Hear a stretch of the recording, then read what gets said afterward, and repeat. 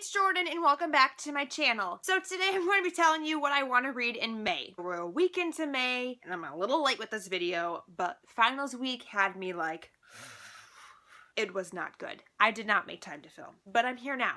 And I'm going to tell you what I want to read in May. I will be away at BookCon and BEA next week. Not sure how much reading I'm going to really be able to get done. But also, I got a Snapchat. Shameless self-promo here, guys. It is the same as pretty much every other platform. It's just Jordan Journals. You can follow me on there and see what I'm doing on a day-to-day basis.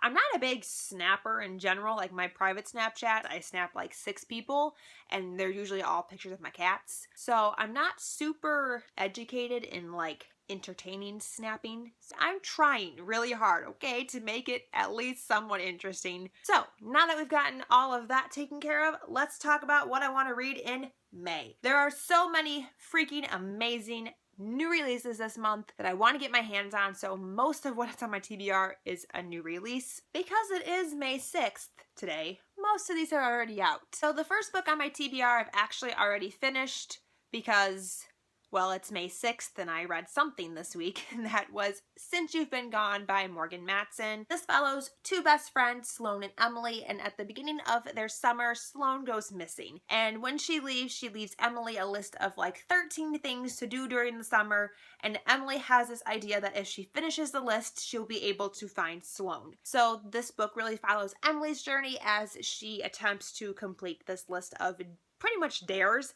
They're very much outside of her comfort zone, and she enlists the help of some friends and some unlikely friends in her attempt to conquer the list. The next book I really want to get to is Sweet Temptation by Wendy Higgins. I binge read the first 3 books in this trilogy last month, and I couldn't get to this one because school sucks all the time. I'm super excited because it's the full trilogy told from Kaiden's point of view, and I literally am in love with Kaiden. Oh, so much love for him. He does go through some very significant character development in the trilogy, so I'm super excited to see it from his point of view. He is the son of the Duke of Lust. So, yes, that should be interesting to be inside of his head. It's probably going to be raunchier than Anna's. Also, since I did not get to this one last month, I'm going to just move it on to this list, and that is City of Fallen Angels by Cassandra Clare, the 4th book in the Mortal Instruments series. I'm trying to read one of these a month to reread the whole series, and I'm a little bit behind. If I really want to stay on track with my Mortal Instrument read-along, I also need to read City of Lost Souls by Cassandra Clare this month, which is book 5.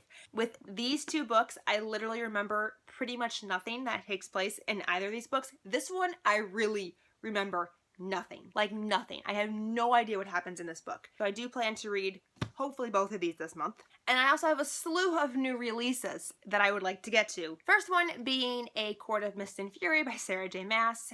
It is the 2nd book in the Court of Thorns and Roses trilogy, and I loved the first one so much, and I'm so excited for the second one. I need to read this sooner than later so I don't get spoiled for it, because out of all of the books that came out this month, I feel like this one is the one that I will be most likely to be spoiled for. So I need to read this one like ASAP. Next on my list is Trials of Apollo, The Hidden Oracle by Rick Riordan, and this one is also already out. And this one is the first book in the final capstone for the Percy Jackson series, so it takes place after the Heroes of Olympus series ended, and it follows Apollo, who is one of the Greek gods who was smited by Zeus down to earth and is now a mortal 14-year-old boy, and he needs to somehow prove to his father that he deserves to be a god. So what does he do?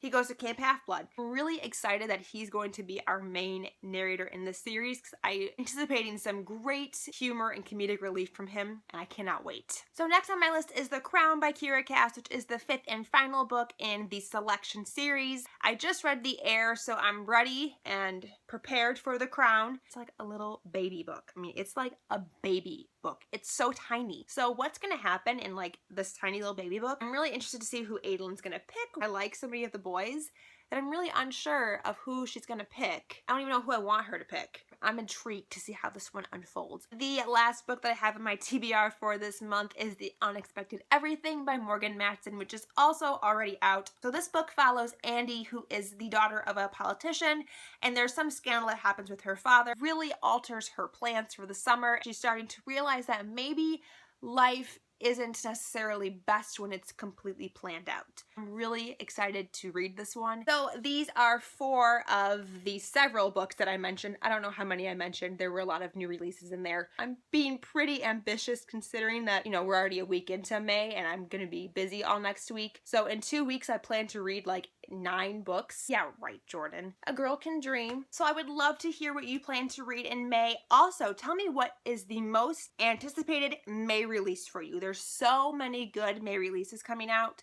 that I want to know what you're most excited for. Thank you guys so much for watching, and I will see you very soon. Bye!